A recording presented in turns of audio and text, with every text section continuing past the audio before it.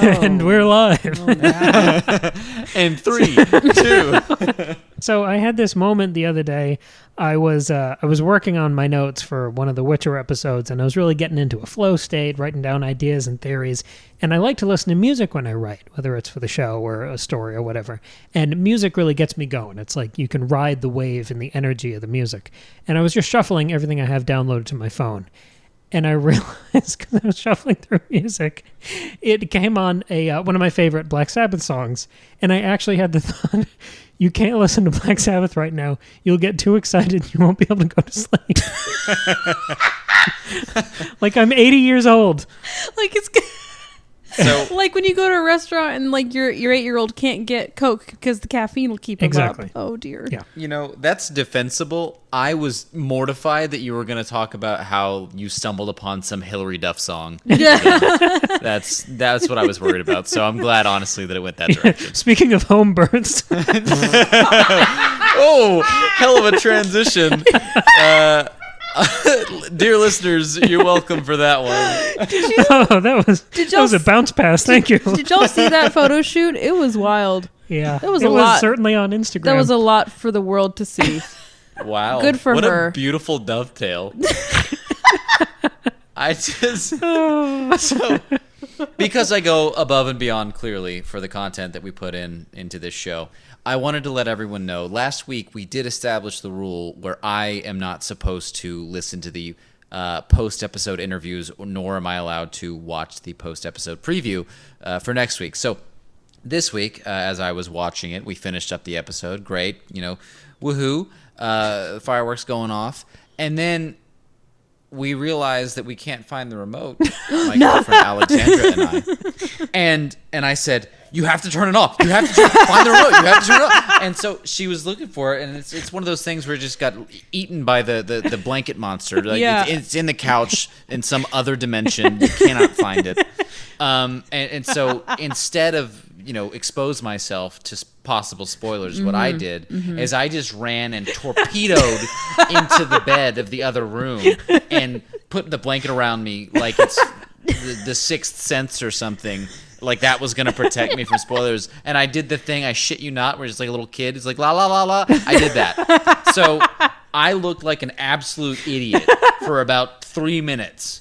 Oh, for wow. you people. The dedication is unmatched. I appreciate that. Thank you. Yeah. Yes, of course. So I have not. So all that is to say, I did not watch the post-episode interviews or Excellent. spoilers. That's fantastic. So we're on equal footing. I'm glad. So, it's, we've got Maggie, we've got Tristan. We're here to talk about House of the Dragon again. This is episode 6, which was called The Princess and the Queen. And before we jump into our thoughts on the episode, Ryan Condal, who's one of the showrunners for House of the Dragon, did an interesting interview on Variety today. I pulled a couple quotes. It was the first time he's been interviewed since they got renewed for a second season and since he became the sole showrunner going forward. And he clarified, because everyone was upset that we don't get the younger actors for Rhaenyra and Alicent anymore. And they said, are there any plans to bring them back? And he basically said, no, but maybe. Okay. Like nice. they're writing, they've been writing season 2 for a few months, and there are no plans for flashbacks or to bring them back. But he said, I guess maybe eventually like it never could say happen. never. Yeah. Okay. He didn't discount the possibility, but there are no plans for it. Bummer. But also, like, if they were going to do flashbacks, that would feel like a cop-out. Like, why didn't you just do that scene before? Exactly. So I'm okay with that. But he also there's like a solid 10 years in between, so there's it's ripe for it. You could totally do that. Sure. Yeah, but he did clarify there will be no more major time jumps. Mm-hmm. He said in season 2, the storytelling becomes fairly in the rhythms of the original Game of Thrones. Oh, interesting. That's so funny that he would say that, because that's exactly what it felt like last week was the beginning of that. And it like once we settled into this episode, I was like, oh, this is Game of Thrones. This is it. This is the one where they're doing, the old hat. They're playing, we were reintroduced to it via a shitty wedding, and I think we are firmly entrenched in GOT land. Yeah.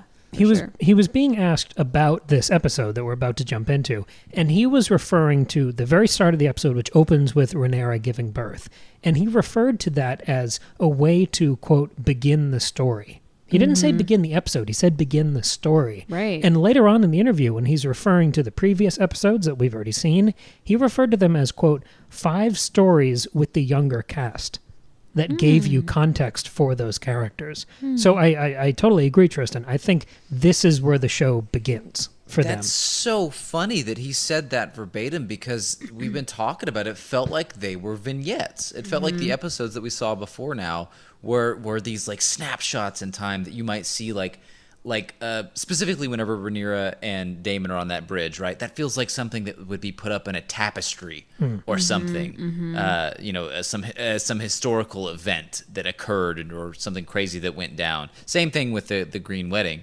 Right. I mean, maybe they don't want to advertise that one, but it definitely felt that way. So it's cool to hear him say that. Because I think if that was the goal, I think they hit the nail on the head. Yeah, for sure. Everything about this episode struck me as it being a second pilot. Well, I was going to say, I loved them opening on another birth. Yes. Just like the pilot. There were so many echoes to, there were echoes back to Game of Thrones. Like we have, Varys' little birds. We now have the No Tongue Gang. We have Aegon becoming a new Joffrey, a new blonde prince that everyone hates. And there's a new paternity drama that's unraveling via hair color. But specifically about House of the Dragon and that first pilot, this reintroduction, even to characters we know, like Alicent, Rhaenyra, and Daemon, this felt like we were meeting them as POV characters, like in the Game of Thrones books. And everyone who branches off from them, all of these B and C list characters, are now in the context of those 3 pillars. They become their allies and lackeys. And instead of it being this greatest hits or events of a single family, now I feel like we have intersecting plot lines of individual characters. This really felt like old school Game of Thrones to me. Even though we met 7 kids and 100 new adults this episode, I felt like it was, to quote the Condal interview, in that rhythm again. Sure. Did you guys like this episode as a House of the Dragon episode? Did you like it as a Game of Thrones episode? How did it hit you? It just felt, it was hard because it really did feel very different to me compared to the others, partly because of the actors, but also, like you're saying, the way that it was structured and how it moved along through time. So it really just felt like I was starting a new show, which at first I was a little frustrated with, but having that context is a bit helpful for me. So it just felt like season 2 of House of the Dragon or something, or like another Game of Thrones spinoff. Like it didn't feel quite like House of the Dragon so far, and it didn't feel quite like Game of Thrones, but closer to it, I guess. And did you like this? If you think it's a new show? Yeah, definitely. Like I liked the episode, but it's been an adjustment period for me, I think. Sure. Mostly, Tristan? I just miss Millie Alcock, but it's fine. That's fine. I honestly didn't find it as jarring as I feared I might. I was worried how I might sort of take to our new leads, but I think they are. I mean, they were excellent. I thought. Oh, yeah, I didn't really have any sort of a re-entry period at all. I feel like they didn't really miss a beat. And what differences there were in their characters made sense, because 10 years on, right. It feels like Rhaenyra has sort of reined herself in a little bit. Certainly not sexually, but in terms of the way that she sort of conducts herself in front of the council. She has carved out a true role for herself. The same way that it feels like Alicent is a lot colder and more calculating now. Oh, yeah. Because she's had to be, if she's, essentially alone up there, and if she feels like she doesn't have allies. Now we know that's not true, but she certainly doesn't have as many as Rhaenyra might. Right. Or if they're not allies, people who are interested in Rhaenyra in some respect. And so it sort of the direction that their characters have gone makes sense 10 years on. Yeah. And so what initially felt like, well, wait, our character wouldn't say or do that. But at this point, 10 years in, it makes sense that they might behave the way that they are now. So it's not so different that it's like, well, this doesn't make sense. Or it is different, but it's not in a way that feels unearned. Right. Yeah, like the the person you are in your late teens, early 20s is not the same person you are in your late 20s, early 30s. So it makes the changes in the characters make sense, and I believe it. It's more that, why are you laughing at me? Unrelated point, Maggie and I met each other 10 years ago yesterday. Yes, we did. I'm glad that we're not the same people. No, but so that is kind of funny. And I met Tristan even before that. Yeah, you did. So now the characters are like our age compared to I'm the exact same. I'm a static character. Anyway, the changes make sense and I believe them, but it's still a bit of an adjustment. I mean, even the way that the 2 to 4 year time jumps were an adjustment at the beginning of the season. So, it's fine. So one of the things that really stuck out to me is that this episode and the first episode are both directed by Miguel Sapochnik, who is the other showrunner for House of the Dragon Season 1. And traditionally, we know him as the guy who does the huge battle episodes in Game of Thrones, whether it's Hard Home, Battle of the Bastards, Watchers on the Wall. I believe he did The Long Night. Nice. But in both of the episodes he's directed for this show, be it the pilot and this one, have been quieter episodes. They've had moments of action, but they're nowhere near where you'd think you'd deploy a guy who's that good at action. Yeah, we haven't had any battle episodes yet. Well, there was that bit at the Stepstones, but even that was like 10 minutes. Yeah. So I scrolled back through the House of the Dragon pilot, and I found a lot of fantastic echoes with this episode, which I think kind of sells that point of this being a second pilot. So both episodes have a traumatic birthing scene with the death of the mother and eventual death of the child, and a dragon cremation. In both, you have it sort of visually defined by the blood of the Targaryen woman. You have Emma on the bed and Rhaenyra trailing blood through the floor of the Red Keep. Oh, that was brutal. Both Just episodes, like a slug. It was terrible, wasn't it? But I mean, amazing. Yeah, it was great. Loved it. It was great characterization. It was just the like visible pain while she was going through it was incredible. Yeah. Both episodes have a mother's fretful interactions with their kids and their husband about their future and their past. Again, you have Emma talking to Viserys in the pilot, and in this episode, you have Laena talking to her kids and talking to Daemon. Yeah. Well, and Emma also talks to Rhaenyra in the pilot. Exactly. About her role as a princess and all that. Both episodes have sort of staged faux combat turning deadly because of spite and ego. In the pilot, you have the tournament, and here you have the training scene in the yard. And in both, Kristen Cole is involved, and the tide of that fight is turned by a kick. In the pilot, it's Daemon kicking Kristen in the chest, which makes him fall down, and that's when it really gets down and dirty. And here, Kristen advises Aegon to kick the other kid, and that's what turns it deadly, and then the adults get involved. Wow. Both episodes have an unhinged noble with a private army. In the pilot, it's Daemon and the Gold Cloaks blowing through King's Landing. Here, it's Larys mobilizing his no-tongue assassins. And both episodes have a foreboding visit to a dragon pit via a young Targaryen. It's Rhaenyra in the pilot, and here it's Aegon. Wow. And those are the heirs. That's the balance of they are both the possible heirs. Look at that. That's great. Time is a flat circle. I love that. Yeah, I mean, I definitely saw the parallels, but I hadn't thought to do that direct comparison. That's really interesting. Just for a show that, I mean, we were talking about this before we started recording, for a show that feels so busy, in a good way, there are a ton of things that happen. Plot-wise, this is 2 seasons of Game of Thrones, easy.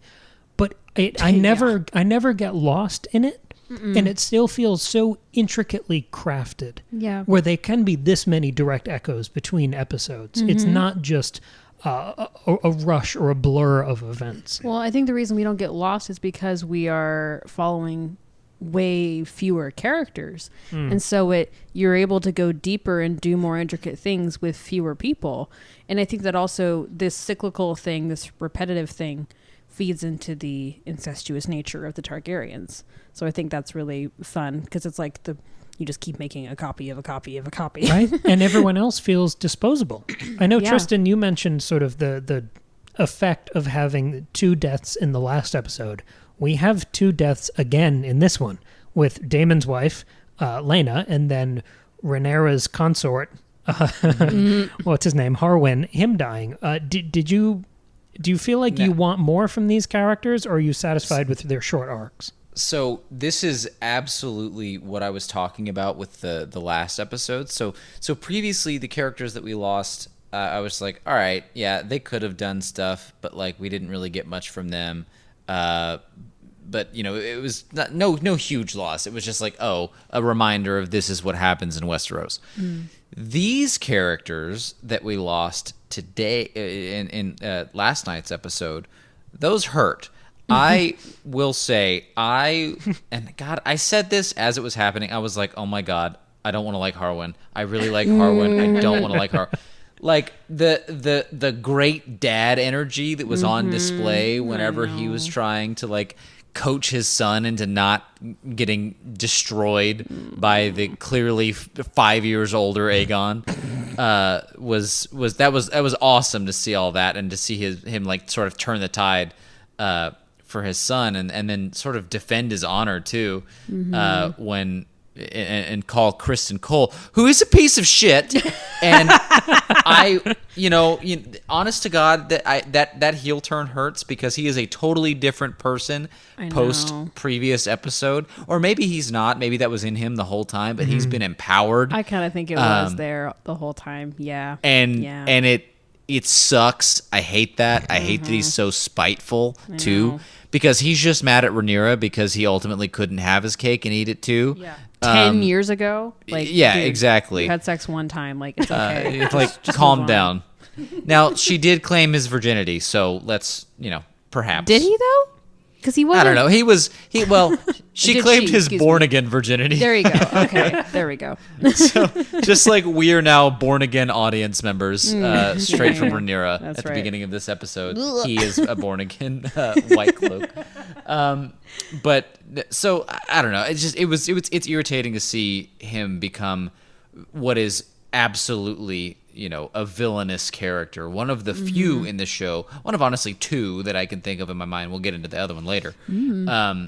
But it hurts to see that from him.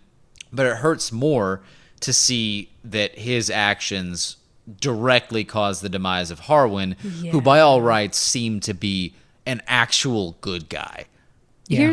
I have a thing about Harwin because I felt like we didn't get enough setup for him, and so I didn't care that much about his death. I mean, I cared about it on a like he's a human who cares about his children level, but like I didn't really care about him, like because did we see him very much in the other episodes? Do I just not remember? There have been lingering moments for him throughout the show with him kind of glancing at Rhaenyra. See, maybe this is my thing.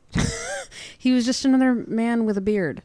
It's like every time I watch a mobster movie, I'm like, which Italian man is it whose name starts with P? I don't know. Let me say why I was able to connect with him. Right? Okay, it was more of like a father-son thing. It was like you could see how much he. Again, he didn't have that much screen time, and you're right. He was not a big part of the show beforehand, so it's not like he was super integral to our viewing experience. But he was super integral to the characters who we're now going to sort of be with for the rest of the show. Yeah. And his influence is going to still be there because guess what? He's not going to stop having been their father. Right. Right. I think what I'm thrown off by is did Rhaenyra love him, or did she just really like having sex with him? Like, I genuinely couldn't tell, because old Rhaenyra didn't really love anybody. She was very much I'm here to serve me and do what I want to do kind of thing.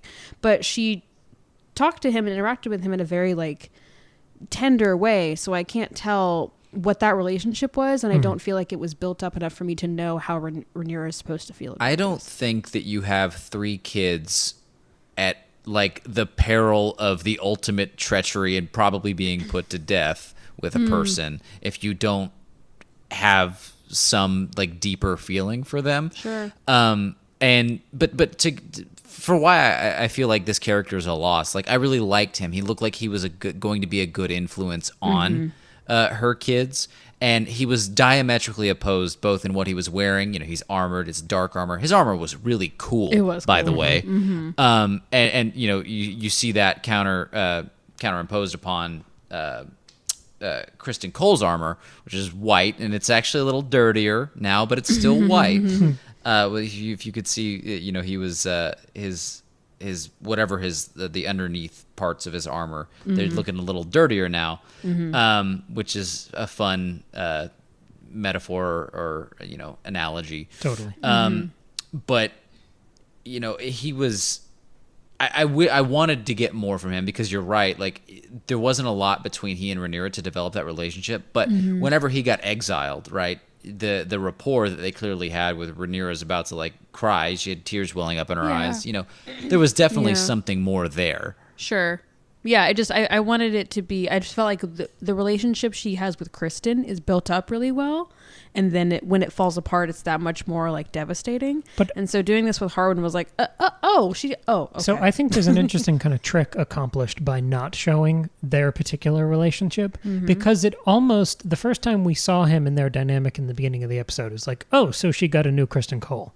Yeah. And that's what I saw through the rest of the episode was he was there, he was in that like, literally he was in a protector position where she felt safe with him, even if she didn't love him. Unfortunately, back to incest watch, the only person she'll ever love is Daemon. Obviously. But I think she found a Kristen Cole who was willing to live like that. And I think she loved the safety she felt with him and having an ally close at hand. And I like the idea of transposing the good part of the Kristen Cole relationship onto a new person because I think she probably projected a lot of that too. Maybe I just was. And let's not discount the fact that they effectively look the same, right? Whenever you're first introduced to the children, you're like, are these Kristen Cole's kids? I was like, those aren't Targaryens. Yeah, exactly. And they're also, they look nothing like either of the parents. So I mentioned incest watch. Just doing the math at the end of this episode, Daemon's wife and Rhaenyra's kind of husband are both gone now. They're both lonely and free, and Rhaenyra is in semi-exile going to Dragonstone. She and Daemon gonna hook up and fuse their half families possibly, now? but her actual husband is still alive. So, but this is the thing. I was doing the math on this. Daemon has some real Targaryen Valyrian kids, and Rhaenyra needs some. Or Alicent's gonna win this civil war. So if they marry and sync up and she kind of adopts the kids, then she's got legitimate heirs to offset whatever Alicent tries to throw at her. So what do we do with Laenor? Who cares? Where does he go? Yeah, honestly, who gives a shit? he's kind of he's not really a factor anymore. No, I know. I'm just saying, how does she conveniently get rid of him? Yeah, and it also relies on that sort of mustache twirling instinct from Daemon. And what we see in this episode is life humbling Daemon. Yeah. We've got his wife's death, arguably suicide, and the death of his unborn child. Yeah. But he's also, if this is a 10-year jump, this guy's been out of power for years, away from the game, the influence, the king, and Rhaenyra. When we meet him again, he's reading and brooding, but there's no attitude. There's no Tyrion, there's no quipping. It's a new kind of impotence for Daemon. So do we think he still has it in him to be the Daemon we know and love with Rhaenyra at Dragonstone plotting a coup? Yes, because the last scene before Laena goes into labor is them arguing and her saying you're better than this. And him kind of realizing you can see him reconsidering maybe we should leave Pentos and try to make something of ourselves and not just sit here and be on the sidelines. So I definitely think he's gonna come back to himself. And she also reminds him that she knew that she was only second fiddle to Rhaenyra. And the absolute only reason that he didn't continue pursuing Rhaenyra, and perhaps the reason that he put himself into exile, is because she was married off to somebody else. Right, so he couldn't do it. So arguably, Daemon's feelings for Rhaenyra are maybe why he ends up in Pentos, because he knows that now that she's been married off, it's even further forbidden fruit, that he can't go in there and step foot in that, because that would really create more problems for the crown and Viserys, and just generally, there's a lot of heat there at this point, now that everyone has seen her be married off. Yeah. In hindsight, Rhaenyra went off and slept with somebody else and fathered his children anyway, and maybe it would have been safer for her to do that with Daemon, because then they would have looked like Targaryens at least, to avoid the suspicion. That's true. But there's that now. So is that the Game of Thrones rule? If you want to cheat on your husband, then you keep it in the family. Yeah, you have it with someone who looks like you, so there's no suspicion. Get this, at least get the same colored hair as your husband. Got it. Because there are a couple directions here that Daemon can go. He can either lock down the Rhaenyra thing and hide out at Dragonstone. He could just abandon his children and run off on a dragon and go back to war with the Stepstones, now that we know that they're rebelling again. Or he can go back to King's Landing. And this is sort of the question, because Daemon at the end of this episode is almost in the same position that we find Viserys at the beginning of the season, where he's lost the wife and the kid, and he's sort of at his most humbled. So if he's been in exile from his brother, and we've seen how many times has Daemon been exiled, and Comes then right Viserys drags him back because he needs a familiar face, they could commiserate over this. And Viserys has no friends at court anymore. So do we see Daemon going back to King's Landing? I think once he finds out that Rhaenyra has gone to Dragonstone, he's going to go there. I think that's what's going to happen. I feel like that's a high probability. However, we now find our king, who has very, very rapidly come to be very, similarly impotent. I mean, it's not that rapid. It was Daemon. 10 years, but yeah. Well, I mean, in the span of the episodes that we've seen, right? From last episode to this one, he has lost a lot of his power, and de facto, we've got Alicent running things. So the only sort of manifestation of Viserys' agency is his choice in hand. And you see... so to speak. Yeah, exactly. Yikes. Notice I didn't say hands. Did you guys There was no see? S. There's a moment when he's holding... I noticed this... I rewatched some scenes, but I noticed this the first time watching. When he's holding the baby, his arm is not supposed to be there. You see the little fingers waggling, trying to hold on to the baby. Like, you can see his non-existent hand, like, underneath his clothes. Oh, whatever. Okay. I was like, that hand's not supposed to be there. Anyway, it made me giggle. Look at the It's dragon. It's called Phantom Limb, Maggie. Come on, suspend your disbelief. Okay. I'm Anyway, sorry. So- What were you Sorry, saying? it was just so funny to me. So what I'm getting at with that point, though, is that we've seen that really the only agency that he has right now as king is, we see him at the council meetings, but by and large, you've got Rhaenyra versus Alicent and those, and the other the other council members are just shown to be stupid. It's just folly to hear what they say. One guy's like super old and they don't know what the hell he can't hear, and. So the only sort of manifestation of Viserys' power right now is his hand, Lionel Strong. But now that we see that he's gone, there is a void that Viserys can actually try to fill on his own. You think and with Daemon? Everyone is, Alicent at least wants to point to her father as the prime option to come back and be hand again. But now that Daemon isn't otherwise occupied with, all of his wives are dead. And they have this shared trauma. And they now have this shared trauma. Daemon is, to Cam's point, now that they're basically in the same, Daemon finds himself in the same position that Viserys was in episode 1.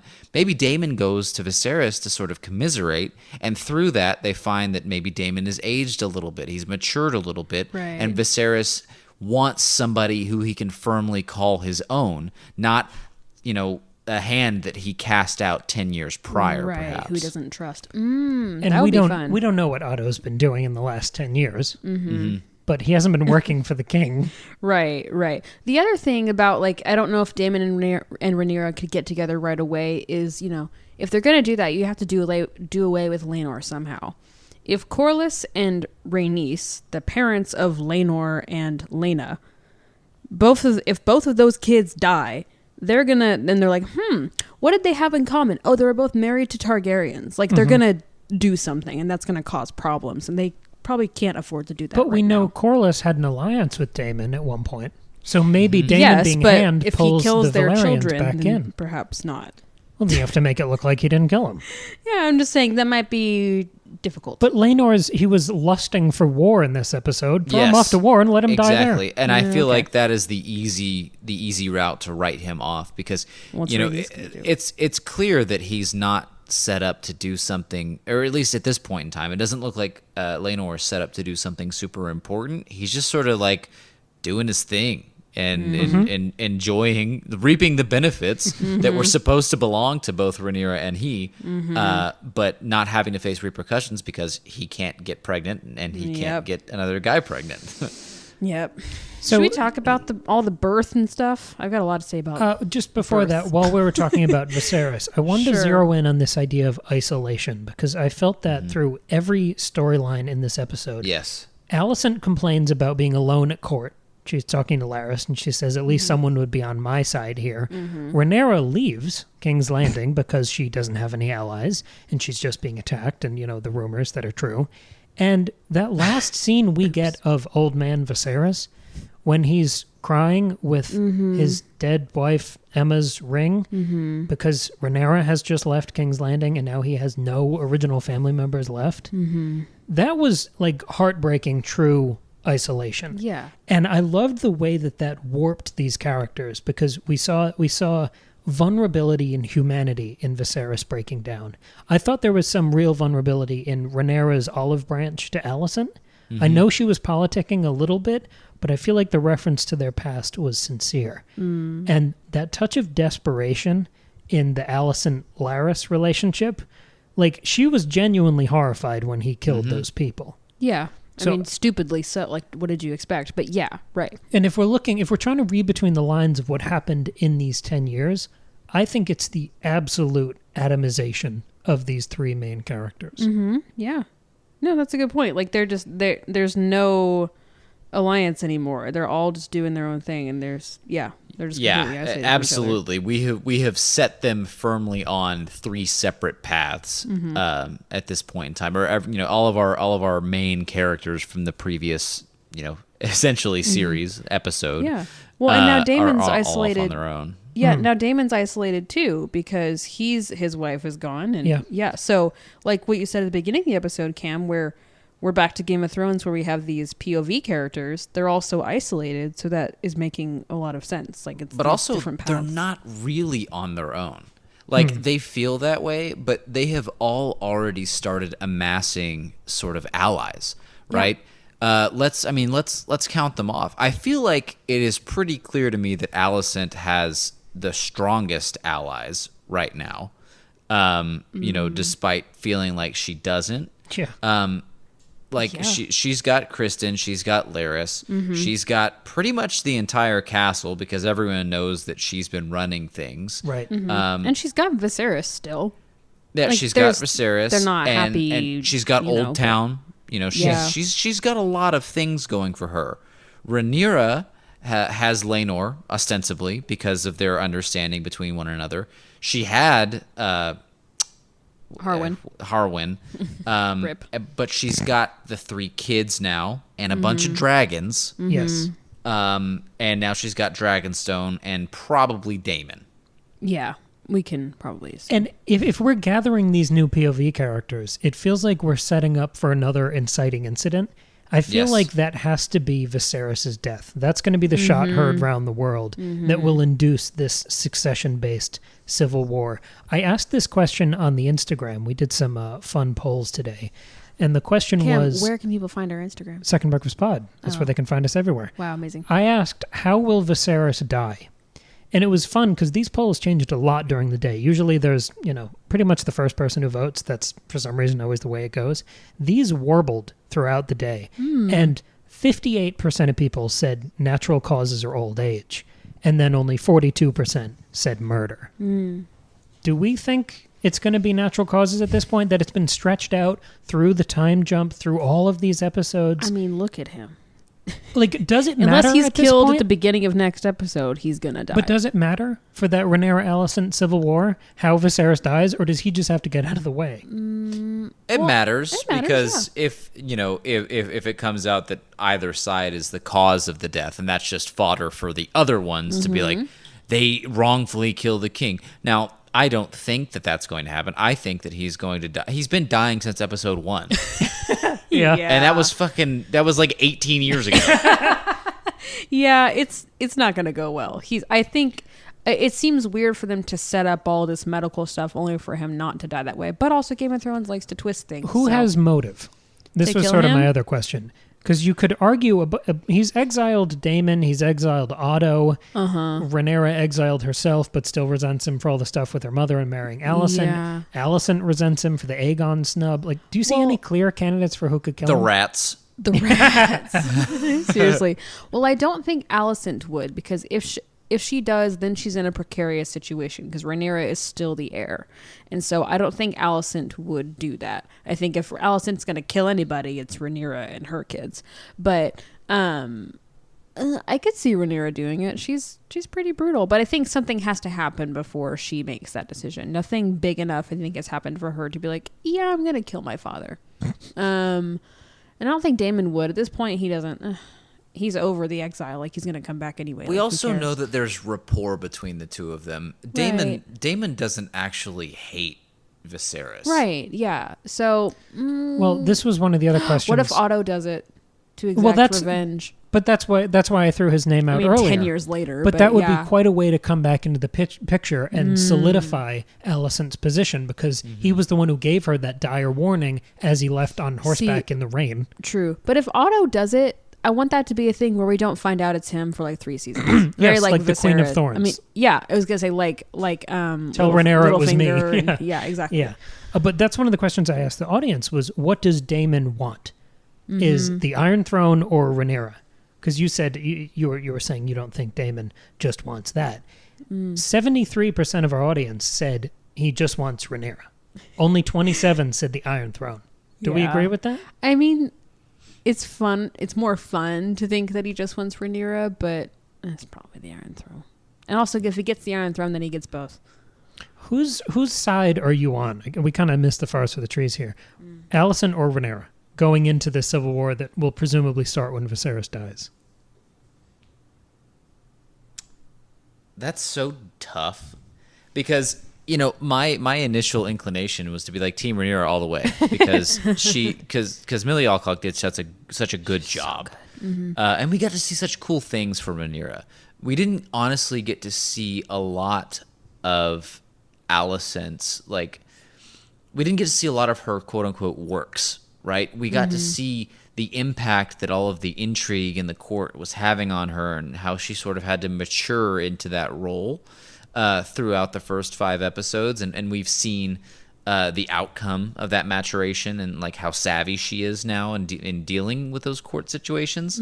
But I mean, she's justified a little bit. I mean, Viserys still named Rhaenyra heir, and it's wrong of her to sort of rail against that to an extent.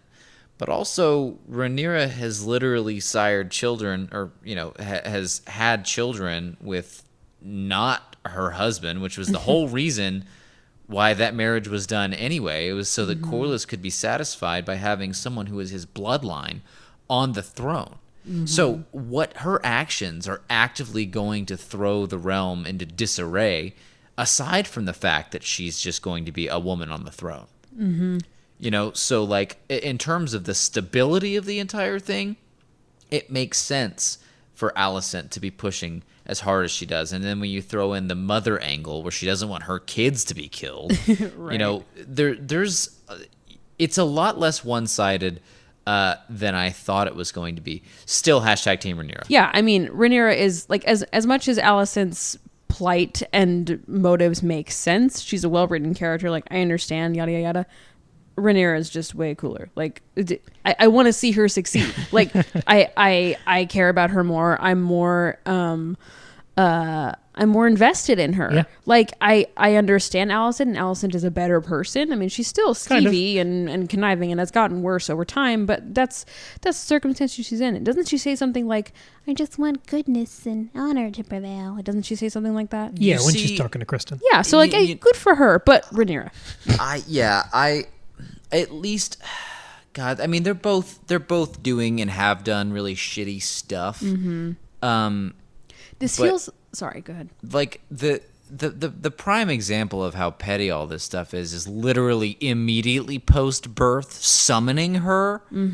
Like, really? Yeah, that was pretty And then shitty. she gets there, you should be in resting bed. after your labors. Oh my God. She knew what she did. Yeah, exactly. Our audience is not divided on this. It's 91% Team Rhaenyra. Awesome. I mean, it's like, it reminds me of Breaking Bad, when you understand why Skylar is upset. Like, obviously, her husband is literally manufacturing and selling drugs, but also, you want Walt to do well. You know what I'm saying? Like, you want him to build his empire. Yeah. So, you're siding with the anti-hero. Well, it's a narrative bias, because we're seeing most of the show from Rhaenyra's perspective. Yes, right, because absolutely. Alicent, until this episode, really, she's been very hard to read. So, I mean, even still, she's kind of hard to read. Because also, if you zoom out a little bit too, I mean, just to play devil's advocate, because that's, Rhaenyra's still my girl.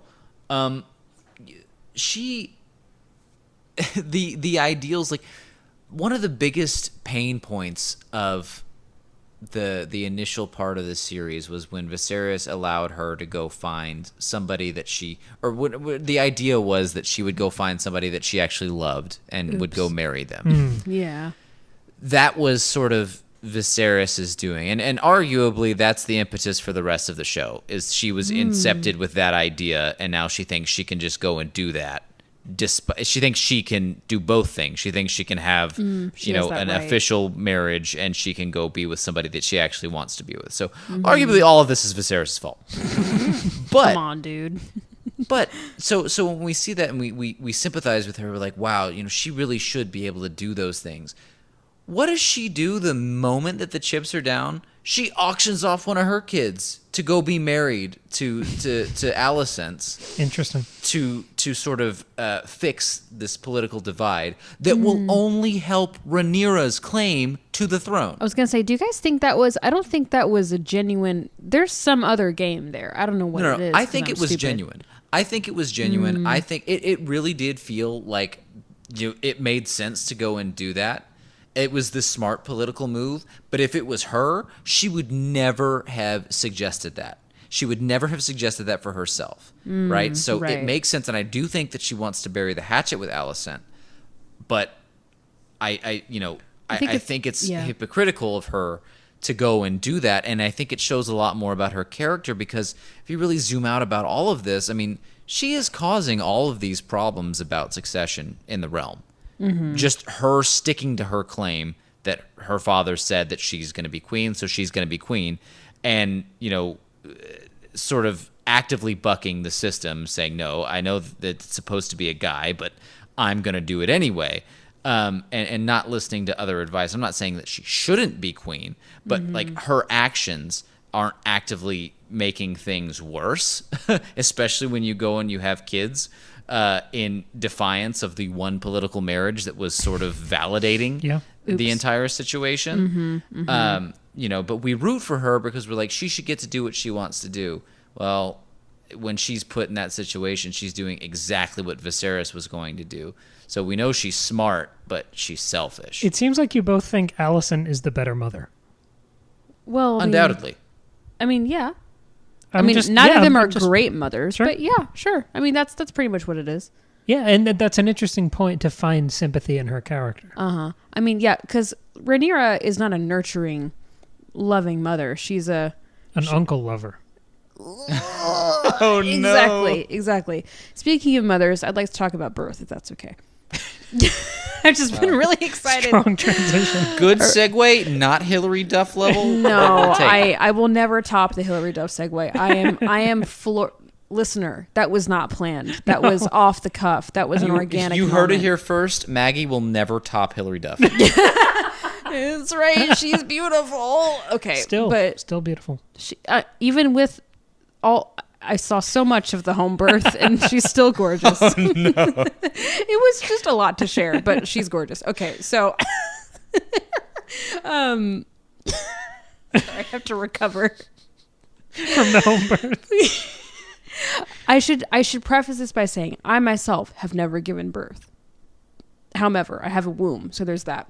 Right. But so, Cam, you were saying at the beginning of this episode or earlier that we open on this like grueling birth, much like in the pilot. And so this running theme of the grisly, like violent nature of giving birth in this world and of being a mother and of being a woman, like how important that is. And I mean, one of the first scenes you've seen is Emma saying to Rhaenyra, like the battle that we fight is giving is in the birthing bed or whatever she says. Like that's our battle, right?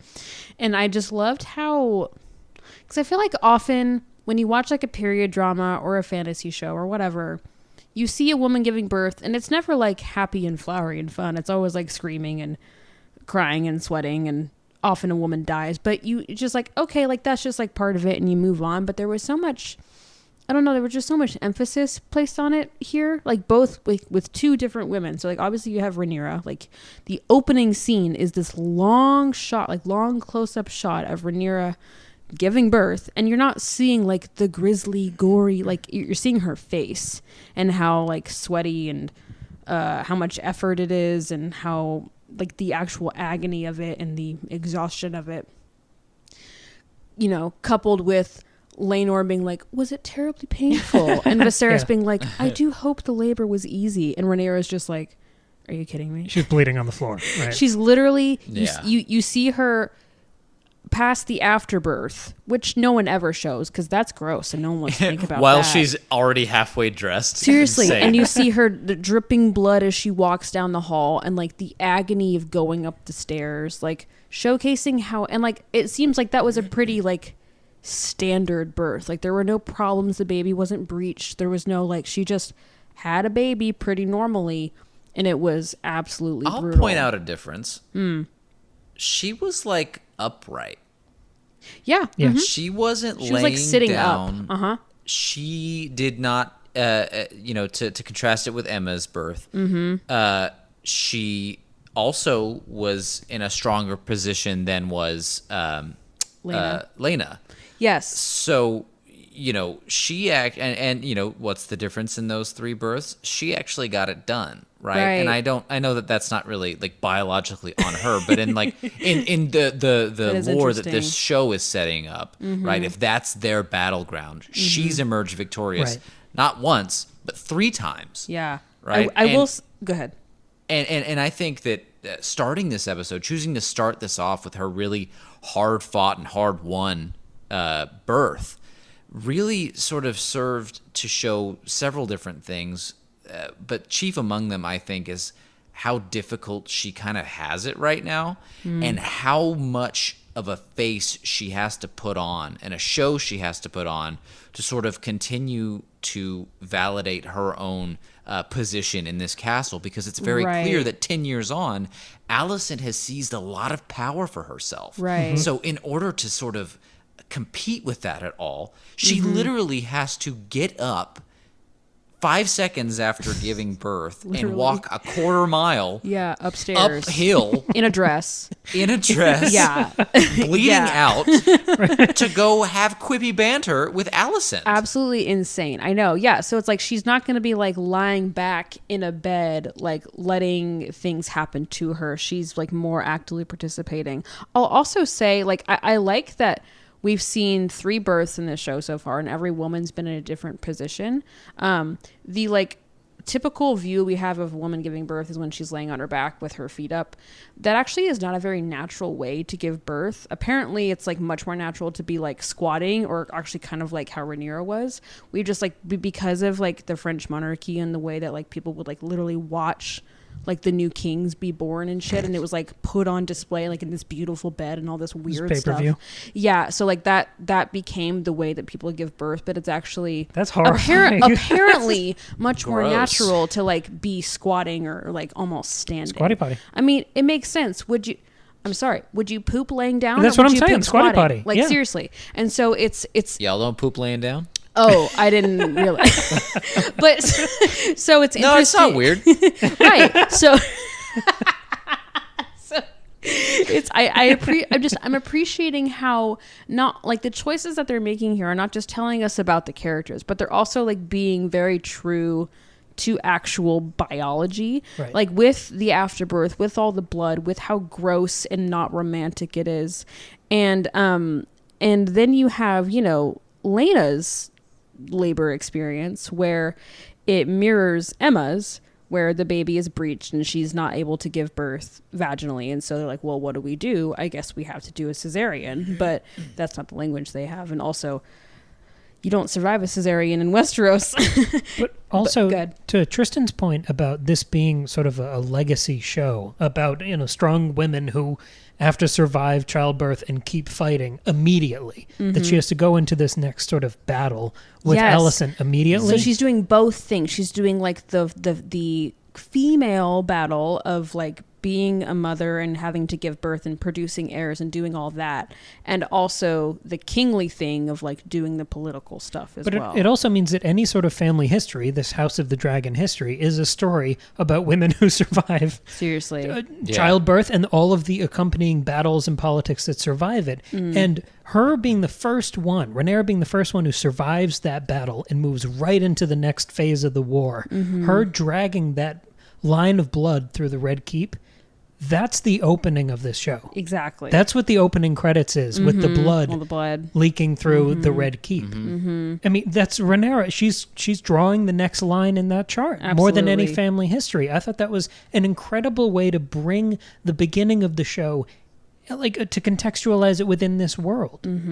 I also love with Rhaenyra, I loved that how the whole show, and I noticed this, they made a point to make this clear. She still has her bump, because that's how your body works when you have a baby, is you don't immediately deflate. Like, it's still there. And they didn't try to make, and she also wasn't trying to like corset it in or anything, but she also was still like going to work, basically, like going to the council meetings and stuff. And then she has the incident in the council meeting with her lactation, and she's just so like embarrassed by that. I don't think because of it like being like this weird bodily function, but because it makes her feel weaker, and like it kind of invalidates what she was just saying, Especially to the other people at the table. yes, all the men except for Alicent, who is like not lactating and is like looking great, so she like feels so shitty comparatively.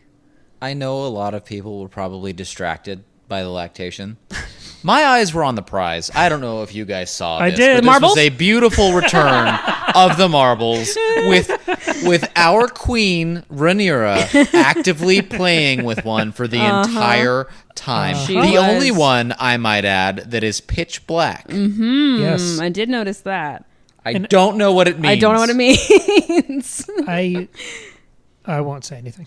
What? No, Do you know I was something? spoiled on a minor detail, but I won't say anything. Was it about the marbles? No, the thing I was going to say is, did anyone else notice during that council meeting that Rhaenyra is sitting in the chair Otto used to sit in? Yes. I did not notice Absolutely. that. I love that. And that's what motivated Alicent's little breakdown about not having any allies in that room. Interesting. I love that. Yeah. To continue on the birth thing, I'm sorry, I got sidetracked. So Laena, right? You've got this mirroring of a woman whose baby's breech, can't give birth. What do we do? The most tragic part about Emma's death is not that she died. It's that she had no choice. Viserys made the choice for her. We saw her violently try to reject and fight against this sentence of hers, essentially, but she could not beat it and was basically murdered in her bed. And then her baby didn't survive anyway, so that was cool. But so she had no choice or agency in that matter. Laena's death is the opposite, right? The second she hears this doctor's not the right word, the maester and Daemon talking about, okay, here's the situation. Again, facing away from her, talking about her as if she's not there. Daemon is about to make the decision for her. Like he looks over at the maester, like as if he's resigned himself to, yeah, I guess we have to cut her open. You think so? Yeah, I watched it again, and he like looks over at the maester, like I've made a hard decision, and then she says nope and runs away. That was an awesome sort of change to the same scenario that we had seen previously. So, Laena did not get very much to do in this show, but she in the short amount of time that she was on the screen, she had an infinitely larger impact than Laenor has so far. Yeah, for sure. And it's foreshadowed by when she's having that conversation with Daemon saying, I don't want to stay here in Pentos. I want to die a dragon rider's death. She literally gets to do that. She dies by dragon fire. Like at first I thought, why didn't she just throw herself off a cliff? Like that would be a faster, less painful death. And then I'm like, oh, duh. She doesn't want to run away. She wants a dragon rider's death. I think she did something else too. I'm so glad. I was waiting for someone to bring up Laena because I kept trying to, but you kept sidetracking me. Well, there was a marble to discuss. Of course. Yeah, come on, Maggie. Sorry, should we go back to the marble? What do we think? Nothing. What's the color coding? Alicent has one too, for whatever that's worth. Well, she's at the table. But this idea of, it reminded me of the best parts of like season 1 Dany, the way Laena went out. It had that nobility and grim, just defiance in the face of death, of choosing your own destiny. I thought it was beautiful. Yeah. But it made me think about The Big Bang Theory for a The stupid show reason. or Yes, the show. Oh, God. And it made me think about sitcoms having embarrassing catchphrases. Bazinga. Exactly. So someone will say something funny that it registers as something you can print on a T-shirt. Yeah. And then in the later seasons, they say it and they have to like look at the camera and hold up the T-shirt. Do you get it? Like, Do you get it? Do you get it? Do you get it? It stops becoming anything real in the world and it just becomes this sort of dead catchphrase. It becomes expected and ironic and Yeah. totally deflated. Mm-hmm. That scene in the dragon pit where we saw the little kid get all hyped and excited, bouncing up and down because he wanted to say Dracarys. Mm-hmm. I feel like that phrase has been so catchphrased by the pop culture that surrounded Yeah, it's Game on of Thrones 8,000 T-shirts. Yeah. that it's been devalued. And I thought the little kid getting all excited to say the fancy word, almost like it's an old school magic trick. I thought that was this show retiring Dracarys. and reclaiming it as like No, like I thought they were just done with it. Like Oh. it was almost a before meme. before Yeah. Laena, you mean? I thought Okay. it was just like they were acknowledging the meme and moving on. I Like see. we want to be done with that. We're not a catchphrase show. Mm. And then later on, Lena's screaming out that word in agony Mm-hmm. multiple times as she's dying Yeah. as this plea. It's the first time that we've seen this phrase used as something other than a mic drop where someone's in total control. And I thought her bringing it back to that desperation and plea and powerlessness, we engaged with the meme of the catchphrase earlier on in the episode. And then Laena, on her way out, she redefined and reintroduced it. I thought she absolutely breathed new life into this term. Yeah. She breathed fire into it. Totally. Yeah, Nice. I really liked that. Yeah, that it's not just Danny going Dracarys, Right. and then the Also, the music. like- It's just a rebranding There's of it. if we're talking about like the power of certain characters or the effectiveness in them, one of the worst ways to count that is number of lines or screen time. Like Robert Duvall won an Oscar for 11 minutes of screen time in Apocalypse Now. Like look at Margot Robbie's role in Once Upon a Time in Hollywood. Yeah. The entire film hinges on her and she doesn't say a word. Yeah, So I don't think Laena only having an episode here means that she wasn't a great character. I thought Right. it was a devastating performance. yeah. I miss her. I miss her Totally. and Harwin. Yeah, and I could tell that Daemon genuinely cared about her. I mean, like I don't think they were like the perfect couple or anything, but Yeah. I could tell he genuinely cared about She her. was a pretty shining example of a human being on the show, though. Yes. Like she's and she was only what, like she would have been 9 years old in this episode, I think.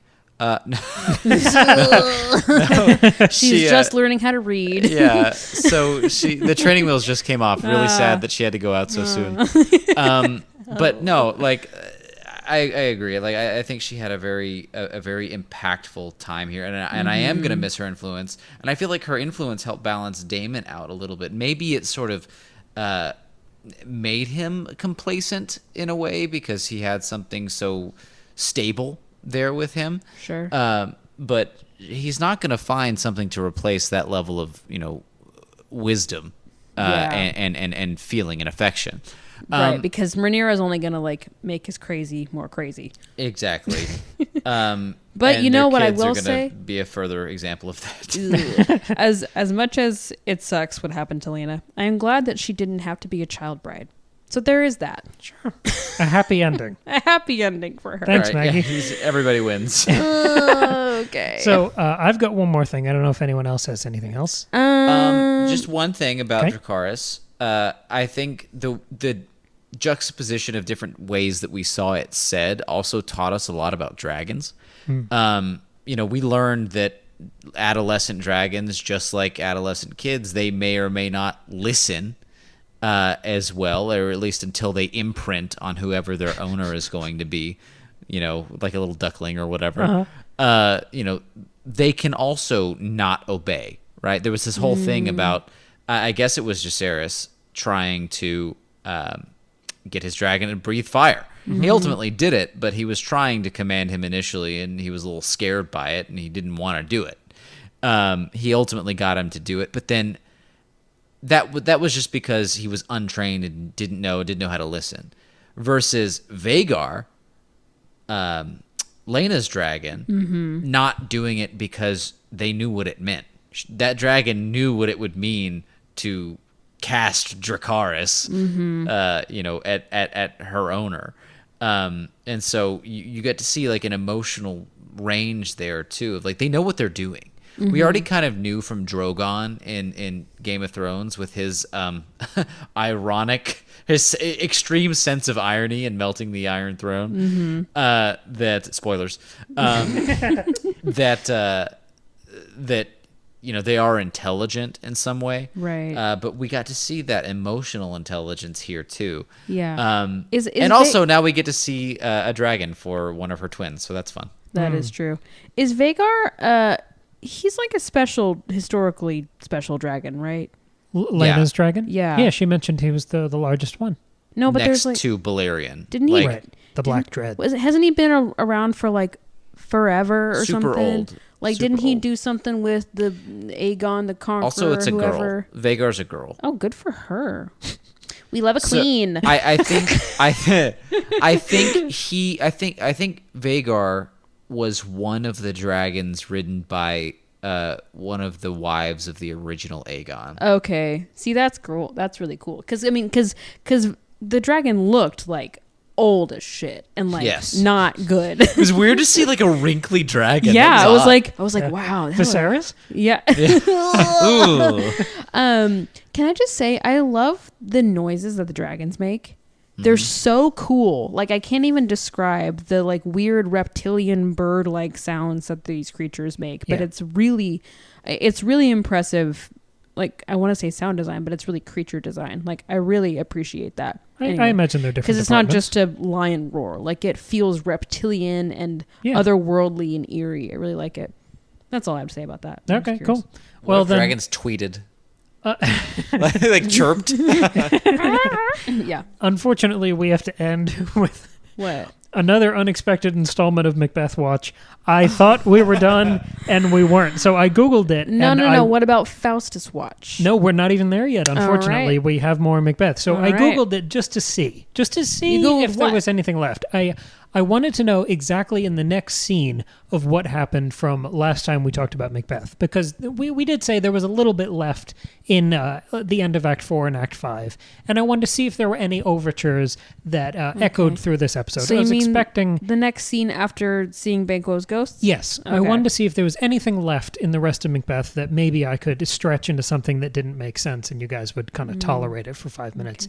And then I stumbled on something that's actually really cool that I think resonates to this episode. I should say, spoilers for Macbeth. In case you haven't read the 400-year-old play. Yeah, honestly, careful. It's also a real guy, but sure. So I always forget that. I mean, the witches part wasn't. Wait, what? What? So chronologically, the next major events that happen after the Banquo ghost scene is the witches come back, talk to Macbeth, and they drop a new prophecy. And they basically tell Macbeth that he's going to be invincible until two things happen. One, the woods are going to come to get him. They say Birnam Wood is going to come to Dunsinane, which is his castle, and then he can't die unless he meets an enemy who's, quote, not of woman born. Ah, so you mean like, well, never mind. I was going to say like Emma's child, but he doesn't survive. Good interruption. Cesarean, sorry. So, I got excited. I got excited about the C-section. I'm sorry. Can we call C-sections, like, instead of cesareans, can they be Valerians? Sure. I had a Valerian section. A V-section? I was born of Valerian. Yes. I was going to say that. That was going to be my comparison here. Neither birth nor conceived. That's our Cammy. So basically, these new events are a gendered prophecy about Macbeth's death, and then this idea of an approaching forest. In this episode, we have Viserys alive after 10 years against all odds. This man is seemingly invincible for 10 years past the time jump. And he's confronted with this rumor, which is a bit like a prophecy, that his heir's children are not of legitimate birth. So not of woman born? And his Lady Macbeth views those children as enemies. Okay. So that idea of enemies not of woman born. which inflames the Macbeth and Banquo prophecies we've already had of you being king and then the other guy having kings that come from that. That succession battle, which is separate from Macbeth, that's in the floating Banquos, all of these other people who could procreate and have kids, who are a threat to Viserys' family and there being a Targaryen on the throne, that enters the picture, where now we don't know who the heir will be, and that maybe Rhaenyra is a dead end if her children are illegitimate, so that starts the whole cycle over again. The other major event here is Birnam Wood coming to Dunsinane. Okay. And we have to return to the floating Banquo thing for a second. Who is Viserys' most trusted lieutenant at this point? Going into this episode, he has one friend. Lionel? It's his cousin, Lionel Strong, who is the hand of the king for the past 10 years. Maybe Viserys' only true ally left in court. This episode ends with Lionel Strong and his son Harwin dying in an arson attack at Harrenhal. Yeah. Dying by fire. This is the Woods coming to a castle in the king's domain to end his invincibility. What do you mean the Woods, though? Fire. How do you start fire, Maggie? Wood. With wood. Okay. And we even see, listen to this, we even see Larys Strong's arsonists, the guys he hires to kill the Hand of the King. We see them coming out of the tree line as they stalk the target. Approach from the woods. That's true. That's pretty Birnam cool. Wood come to out Dunsinane. of the woodwork. Exactly. I went back. The only time we see them is them peeking out of the tree line. That's and then true. following them back to Harrenhal. And then it's an arson attack. They're actually their last name is Wood. I don't know if you guys noticed that in the last episode. Whose last name is Wood? I'm just kidding. I was fucking with you. I was like, what are you talking about? They're absolutely unnamed characters. I was like, but what I don't are you talking about? It would be like in keeping with the theme of Game of Thrones, how all the bastards have like just that's what I a thought. random name, Okay, like Snow or Stone or whatever. Maybe they were actually That named Wood. could be cool. But importantly, in the play, Macbeth disregards both of those events. yes, and we 'cause see he's Viserys. like, that's impossible. Right, and we see Viserys do the same thing here. He discounts the rumors about Rhaenyra's kids, and then he tries to refuse Lionel Strong's resignation. So Viserys is entering that sort of delirium of death as he approaches Macbeth's death even faster. And we see Macbeth die in single combat, where he's beheaded. So who's So he going to that's- have that's- single combat with? But that's why I asked the question earlier of, do you think someone would kill him, and who would it be? Well, maybe Larys is for some reason going to kill Viserys as like see, I did this for you, my lady. And she's going to go, I literally didn't ask you to kill my husband. He's going to go, but my lady. And he's going to tip his little fedora. You know what I'm saying? He just gives me gross incel energy. The fedora is non-canon for the audience. No, but at home. it's in here mentally. I'm thinking about it. Just to picture this properly, you think Viserys and Larys are going to fight in single combat? Oh yeah, I mean they're well matched. Their names rhyme. They have Y's. The YS ending is True. his fate. I feel like they've both. This is going to be like the Gandalf Saruman fight. It's not going to go well for anyone. Yeah. I don't know. I'm just saying. Whoever, if Viserys kills, oh god, if Viserys is killed, like murderously, it's gonna be. Can you explain, Maggie? Are you short-circuiting? Can you explain? I am a to little me bit. I am a in which full can of another wine into this person episode. can non-murderously kill the. You know, like mercifully. I love that these moments are recorded. Like I don't vehicular love that. manslaughter. Like he's just gonna have been riding his little cart around. Anyway, if someone murders Viserys, it's going to be part of a convoluted, like, backwards plan. It's not just going to be Rhaenyra going, fuck you, Dad, and stabbing him in his sleep. Like, it's going to be more complicated than that. Maybe. That's all I'm saying. This show is complicated. This world is complicated. No Yeah. one just, like, does things. And But now that it's- we have people who interfere, like Larys, like his tongueless friends, like, you know, it's going to get messy and Sure. funky. And even Tristan, who could be, like, without him realizing, manipulated by and used by Alicent. So that's all. Anyway, I'm saying. if we're looking to clues at the end of Macbeth, that's all That's we very have. good. I like that.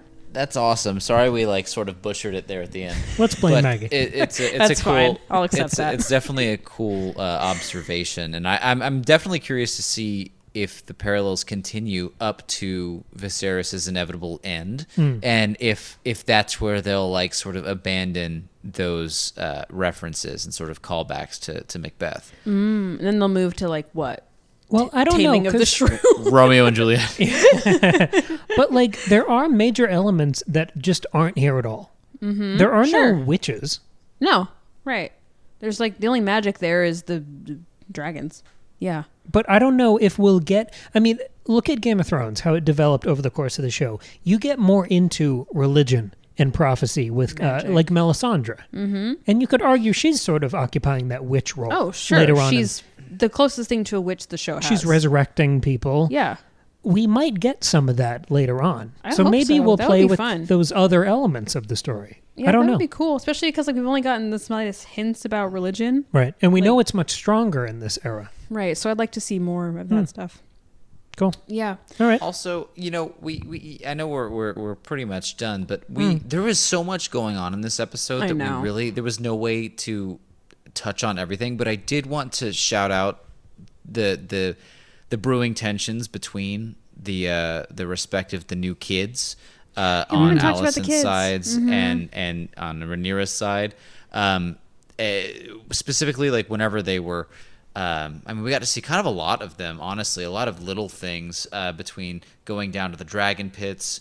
We got to see sort of Aemond. He's set up as not having a dragon, which is a commonality that he's got with Daemon's daughter. And the little pig thing was kind of funny. That was funny.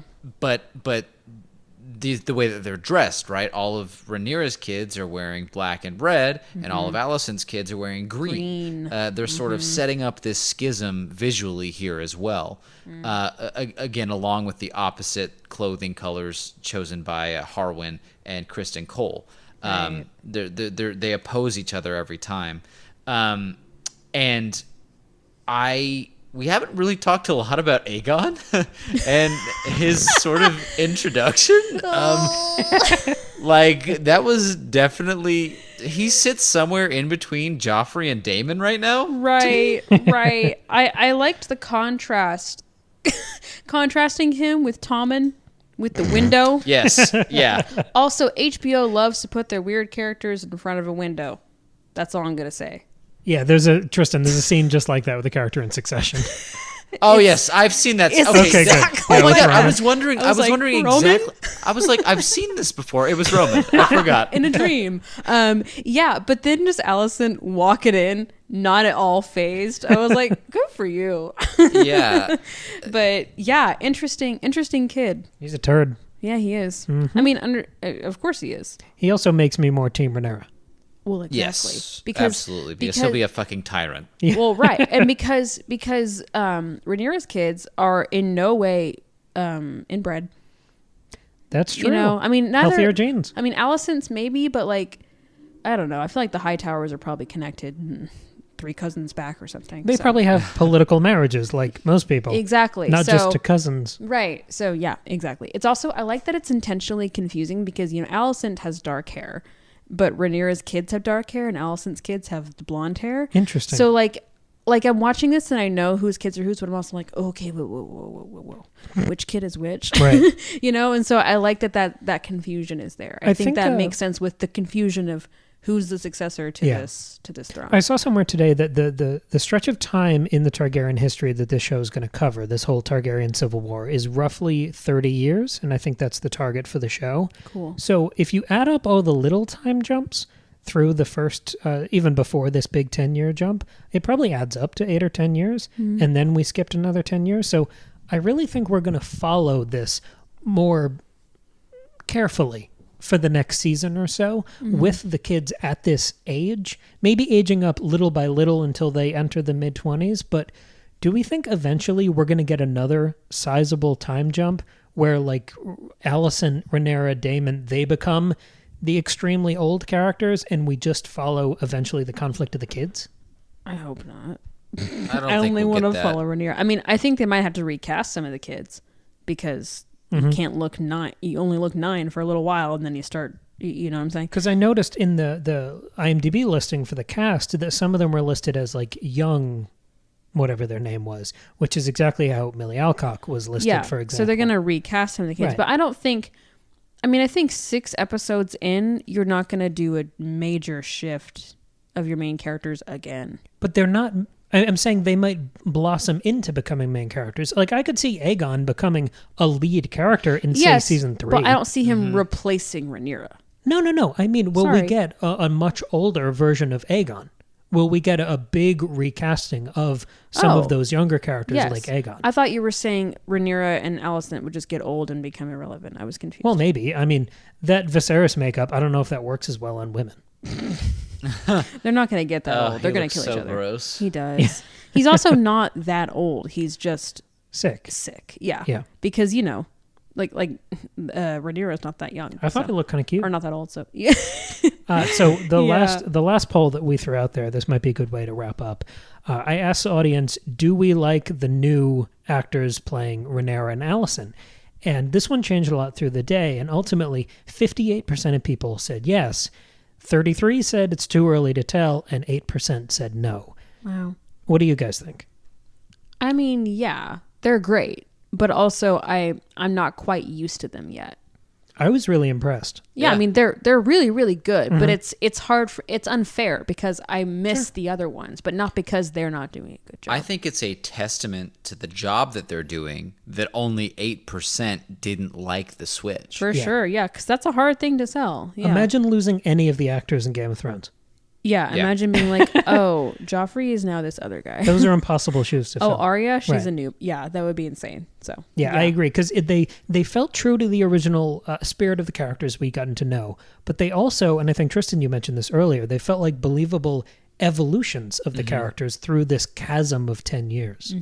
Right. I bought them, and I read like that weariness on Alicent's face now. Sure. Yes, That absolutely. that's characterization. Yeah, I thought they did an amazing They're job. really good. Totally. It's more that I am still mourning. I'm not ready to get a new dog yet. 'cause Maggie my other has dog trouble is with still dead. change. Cam has trouble with change. I'm surprised that Cam's okay with this. Yeah, me too. Listener, the day I cut my bangs, like I used to not have bangs and then I cut them, Cam was like, I don't recognize you. Who are you? I hate this. It was he tough. Couldn't look at me for days. We got through it together as a podcast. I'm just telling you that's what we're working with. So I'm surprised. So it's a testament to how Yeah. good these actors are that you're like totally fine with this change. But you also knew it was coming. That's the other thing. Yeah, that's true. If That's you true. hadn't known, you would have been like, Also, what? that voiceover at the beginning of the pilot was the older Rhaenyra actor. Interesting way to tie it together. All right, so we are Second Breakfast Pod on Instagram, TikTok, Substack, Gmail. I don't know if I missed one. Substack, we put up some that's it. exclusive posts in the last week for our paid subscribers. We have some discussion of Barbarian, which is probably the most exciting horror movie of the year. Oh, it was so good. And also the post, every episode we put out, we put up a post on Substack, and we'll have more information about the episode, a little exclusive preamble, some polls, some thoughts, some bonus notes that didn't make it into the episode. And for this episode, we're adding a new thing where if you become a paid subscriber on Substack, you will get a curated collection of memes that Maggie and I have assembled, because every time an episode ends, we both go on Twitter and we just send Immediately. each other all of the dumbest, funniest memes Yes, we do. about the episode. All of those are in the Substack post for this week. If you go subscribe, you can see those. Right now, it'll show up into your inbox. And on Friday, we'll be back with the final chapter of The Time of Contempt, which is the fourth Witcher book. Thank you, Tristan, as always, for joining us. And this was fun. Of course. Yeah, I can't believe we've only got 4 episodes left. I know. I don't like it. No. I know. It's a lot of work putting out these. I was going to say, this turnaround quick turnaround, this is rough. 'cause But you I'm know- really enjoying this. So. Yeah, because it airs Sunday, and then we have to record Monday and do all the work for it to come out Tuesday at 6 a.m. Yeah. It's a lot. It but is a lot, I but it's really fun. like these discussions. Yeah, me too. And actually, as a little teaser, if you listen to Friday's episode, we have a little announcement about some future little programming changes where we're going to be able to give you some new types of content. That's right. So listen up for that. Let's leave it there. Yeah, leave it there. All right, right. cool. See y'all on Friday.